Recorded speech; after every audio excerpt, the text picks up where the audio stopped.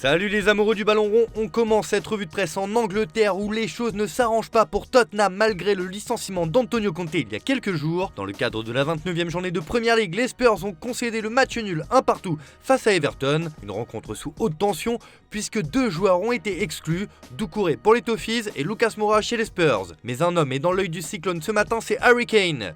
Le Daily Mail parle de la tempête Kane sur sa une. Doucouré expulsé pour avoir giflé un joueur des Spurs, Harry est embarrassé et se retrouve sur le banc des accusés.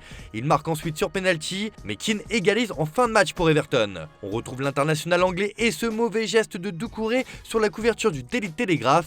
Kane est sous le feu des critiques dans l'affaire du carton rouge, explique le quotidien. Un match nul, mais une mauvaise image renvoyée par le meilleur buteur de l'histoire de la sélection anglaise. Un mot sur Manchester United où le Manchester Evening News annonce qu'Eric Ten Hag a ciblé les indésirables du club pour l'été prochain. Ainsi Maguire, Martial, Sancho, Williams, Telles, Bailly, Henderson doivent se trouver un nouveau club pour la saison prochaine. On reste dans le royaume de Sa Majesté et on va évoquer un club qui est en pleine crise, vous vous en doutez, c'est Chelsea qui a viré Graham Potter dimanche. Et cela a des conséquences, alors comme l'indique le Daily Mirror sur sa couverture, Chelsea en plein désarroi après le départ de Potter.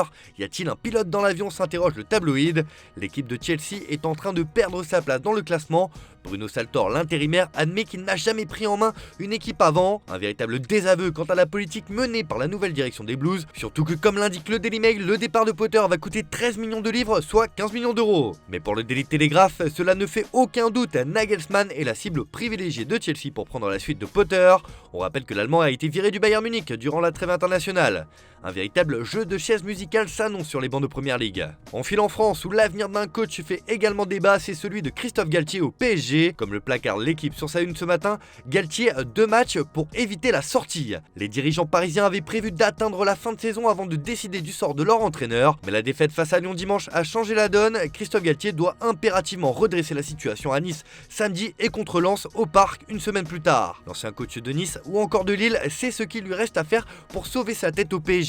D'ailleurs, le quotidien sportif nous apprend dans ses pages intérieures que l'avenir de Lionel Messi semble s'écrire de plus en plus loin de la capitale française, car un divorce se profile entre la Pulga et le PSG. Lionel Messi ne devrait pas poursuivre son aventure au PSG la saison prochaine. Il reste une dernière porte ouverte si l'attaquant venait à accepter une réduction importante de son salaire. La Pulga attend de son côté des garanties sur le projet parisien. Affaire à suivre. Direction l'Espagne où l'affaire Negreira et la supposée corruption prend une tournure inattendue et c'est le FC Barcelone qui tremble de toutes parts. En effet, l'UEFA s'en mêle et cela fait la une de Marca ce matin où Alexander Ceferin n'y va pas par 4 chemins. Le président de l'UEFA a déclaré « Le Barça, c'est très grave ». Le président de l'UEFA déclare qu'il n'a jamais rien vu de tel dans le football. Ceferin met en garde contre l'affaire Negreira. En ce qui concerne l'Europe, l'affaire n'est pas terminée, prévient-il. Même chose en une de AS qui rapporte que l'UEFA s'intéresse de près au Barça. Ceferin a déclaré sur l'affaire Negreira « C'est l'une des situations les plus graves que j'ai jamais vues. Pour nous, il n'y a pas de prescription. L'instance européenne souhaite une procédure rapide afin que le TAS ne gèle pas une éventuelle sanction. La démarche de l'instance dirigeante du football européen est claire. Elle veut la peau du Barça. Cette affaire fait aussi les gros titres en Italie où Tuttosport indique que c'est la revanche de Ceferin.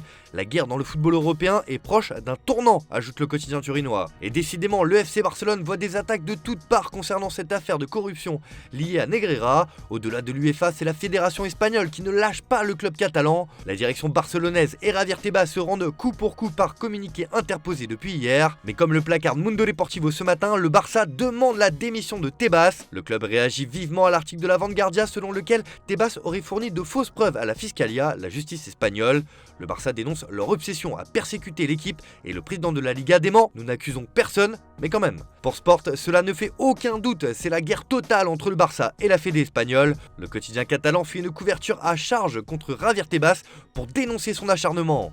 Allez, on termine ce tour de la presse en Italie où la demi-finale allée de la Coupe d'Italie fait la une du Corriere dello Sport ce matin. Et oui, la Juventus reçoit l'Inter ce soir.